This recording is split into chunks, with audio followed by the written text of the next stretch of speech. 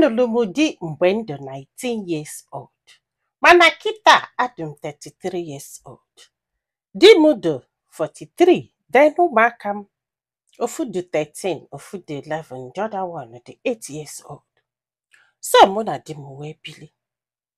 Anọgide ịmakolu na di m bụ mmadụ na-atụ jealous too much, like oge ọbụla ọ na-suspect m. Oge ọbụla mmegili alụ si na m emegili, kene mmadụ si na m ekene, ihe ọbụla mmelu nkwa ụkwara ọbụla m akwa. To the point na ọfụlụ m fonu m check ibe the phone just to see ma ọ nwere nwoke m kpọrọ, ma ọ nwere nwoke replyla. Ịmakolu ọ sị m na ihe ọ na-eme bịa dị too much, mana yanwa ya ada eje na phone ya o. Mana ihe ya ji wee wepụtara anyị akụkọ ọbụla for 2 years now na this man esebeghị ibongi o, na o metụbeghị aka na ife ọ na-agwadebe ya bụ na ya chọrọzi ya na-abịa ha, na ya chọrọzi ya na-abịa fa. Ịghọtago? Ọ sị andị na ọ eli nri osi iji onye osi maka na yakwa na-ekogeli na ọ na-achọ onye ọ ga-egbu, na ọ ma mgbukenie ya, na ọ na-anya nnekwu moto.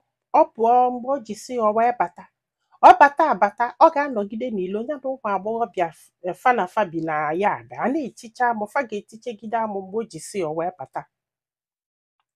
Ọ sị m nne na this man wee were ọnụ ya wee si adatina na ife ya ji wee gbu ya nkịtị nye ejere chọọ isi ya ibongi bụ ka ibongi gụgide ya ka o wee daa n'aka nwoke ọzọ, ka wee fụ reason ya ga-eji wee chụ ya for 2 years now. Ọ sị m nne na mmadụ ka abụọ na-edigide gị ike kwụla ọtọ gwe anya ji edi ịghọta, maka na mmadụ ka abụ andị na die na-apụ apụ. Wee sị ya nne ihe anọ wee na-akọ kịta onwekokwe ka isi wee gwa ndị be unu. Ọ sị m yes na ya gwara ndị befa, mama ya sị ya na-ataba ọkwa ịghọtago. Ọ sị m nne na ihe gwụlia ike bụ ịchụ ụmụaka na-atọ wee jekwugharịba na nwa ya nwoke agbanyitego, like I said before, 13, 11 and 8 years old. N'ọnyanwa bụ ife gwụlia ike. Kwambọsị ọ na-asị anya naba, kwambọsị ọ na-asị anya pụọ bie, ya ga-emegide efu were aka ya na ya chọrọ ka ya were aka ya chụọ anya, mana ike agwụgie for 2 years n'oyibongi o. Bọsịsọli o weta ego nne, bọsịsọli ya mịa wetara ahụ ịghọtago. Ọ sị m nne na ike gwụlia, na ezigbote ike gwụlia, ya kwesị ka amalụ ife ndị mmadụ lo, ya chọọ ka amalụ. Ọ bụrụ na nwaanyị aka ibu wee nọlụbe di gị, o wee setu wee gbajuo dọlụ gị na for 2 years n'ibongi, a na-achọ ka akwanye n'aka nwoke ọzọ ka e wee fụ excuse eji achụ ya. Ọ na ịma nnababe nna gị o, maka na ike agwụ gị o. Ịghọtago? Ya wee lụọ one day fana abụọ wee na-anyụ ọnyụnya, ya wee chọọ ya wee sị ya ideli m ibongi kezi onye ị na-edi. Ọ sị ya nọ nwoke ka ahụ na ihe ọ rịkwa ya bụ ncha. Ya were ncha ya eji nwayọọ metụgide onwe ya aka ma nweta onwe. Ọ sị m ya funuru ya ka ọ na-agbọ ncha, sị m ịmagolo onye na-anya moto buru moto pụọ koghelisie, ọ nataba ka ya si amakwanụ.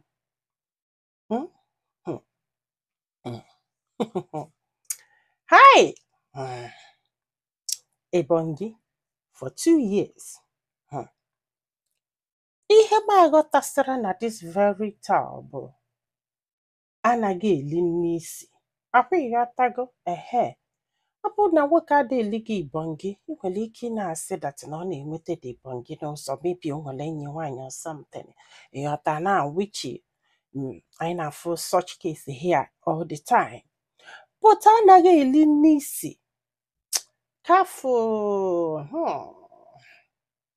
o sikwala m ike o. Nwoke elighị n'isi. Amara m onwezikwara ifefe ọnụ na lọvụ afọ a na-akpachapụ obele obele ma ịjụkwa bụ.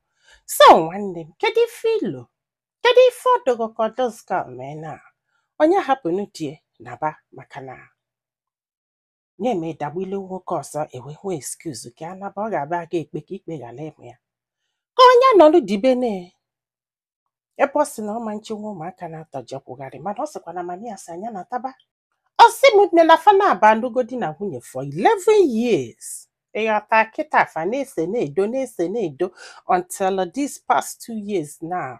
ekwerozi ka edo atọ na ife ọ na-eme bụ ọbata ọnọlụ n'ilo ya na ụmụ agbọghọbịa na-etiche amụ fa ga-etichegide amụ mgbe ụfọdụ ụlọ ebulu ya na ụmụaka ịghọtago mgbe o ji sọsọ anya ọbata dinele a n'ụtụtụ ọpụkwa ahụ nna mmadụ na-abọ bili n'ụlọ ebili like cat and dog. Excuse me. Ifedo na marriage siri ike o. Ifedo na marriage siri ike. Chai, nwa nke a self. Kedu ife a ga-emekwanụ? Gwa anyị filo na comment section maka na ọ ga-enyelu this woman aka iji ma ife ọ ga-eme. Anyekwazialụ maka tụsa ozi a ka olu ndị ọzọ ntị ndị be anyị. Daalụnụ ka ọ dị n'ụbọchị ọzọ.